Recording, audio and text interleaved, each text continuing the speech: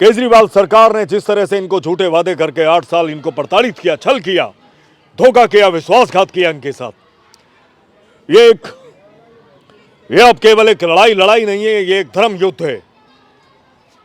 और ये उन लोगों के खिलाफ ये एक धर्म युद्ध है जिन्होंने 8 साल इनको प्रताड़ित किया। ये आरएमआर का मुद्दा नहीं है, ये डेथ केस, टीएमआर, ये 2-3 जो परेशानियां हैं, 2-3 मुद्दे हैं।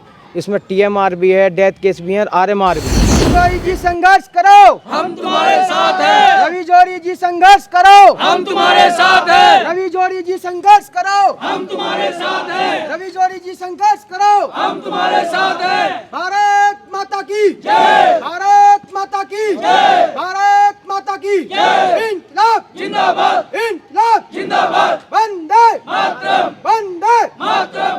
रवि जोहरी जी, जिस तरीके से अभी आरएमआर और टीएमआर को लेके पूरा ही एनडीएमसी में कहीं ना कहीं धरना प्रदर्शन, यानी 24 यूनियन लेकर के लगातार लगभग 3 महीना तक धरना दिया है और 24 यूनियन उसमें जुड़ी है। और जिस तरीके से आरएमआर कर्मचारियों को उन लोगों ने धोखा देने का काम किया है, पोस्टपोन्ड किया था कार्यक्रम को, इसके बाद आरएमआर आप पर विश्वास कैसे करेंगे?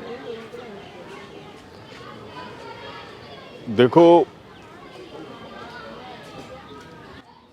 जितने भी हमारे आरएमआर कर्मचारी हैं, अब जो भी प्रताड़ित परिवार होगा, बीमार परिवार होगा मानसिक रूप से, तो वो कहीं ना कहीं अपने समाधान के लिए दौड़ेगा।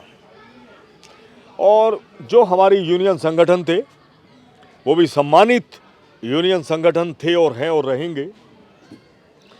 और हमें पहले भी उनकी आवश्यकता थी और आगे भी रहेगी, क्योंकि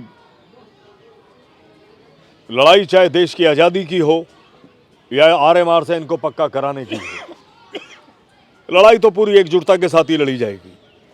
तो हमारे जितने भी यूनियन संगठन हैं, मैं बार बार उनसे अनुरोध करता आया हूँ और करता रहूँगा कि वो एक साथ आएँ, एक पायदान पर आएँ, एक मंच पर आएँ और इस विषय को एकजुटता के साथ लेकर आगे बढ़ें।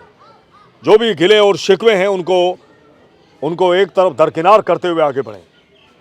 और दूसरा, जिस तरह से 8 साल से छल कर रही, धोखा दे रही और झूठे वादे कर रही दिल्ली सरकार, केजरीवाल सरकार ने जिस तरह से इनको झूठे वादे करके 8 साल इनको प्रताड़ित किया, छल किया, धोखा किया, विश्वासघात किया इनके साथ, ये अब केवल एक लड़ाई नहीं है, ये एक धर्म युद्ध है। और ये उन लोगों के खिलाफ ये एक धर्म युद्ध है जिन्होंने 8 साल इनको प्रताड़ित किया। 8 साल केवल इनका उपयोग करते रहे, वोट लेते रहे, सरकार बनाते रहे। कहां है केजरीवाल साहब जो नई दिल्ली विधानसभा के विधायक हैं? कोरोना काल में कभी मरने वालों की उनको याद नहीं आई। इतने कर्मचारी आरएमआर जो हैं वो आए दिन सुसाइड करते हैं, क्या कभी केजरीवाल साहब को उनकी याद आई? उनके मासूम बच्चों की याद आई? वो किस तरह से खाते होंगे, किस तरह से वो अपनी जरूरतों को पूरा करते होंगे? रवि जोहरी जी, कई बार आरएमआर कर्मचारी जो है कि सतीश उपाध्याय के पास भी गए हुए हैं, मीनाक्षी लेखी जी के पास भी लोग गए, लेकिन फिर भी इनकी सुनवाई नहीं हो पाई।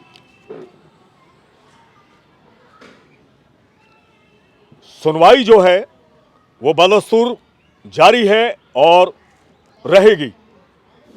ये मौजूदा आरएमआर कर्मचारी आज यहाँ खड़े हैं, ये अच्छे से जानते हैं, लेकिन उसके पीछे कई ऐसे कारण रहे हैं, कई ऐसी मानसिकताएं रही हैं कि उन मानसिकताओं को पर मैं ना जाते हुए मैं केवल यही कहूँगा कि आज मैंने एक मंच पर, एक पायदान पर आने की बात की है।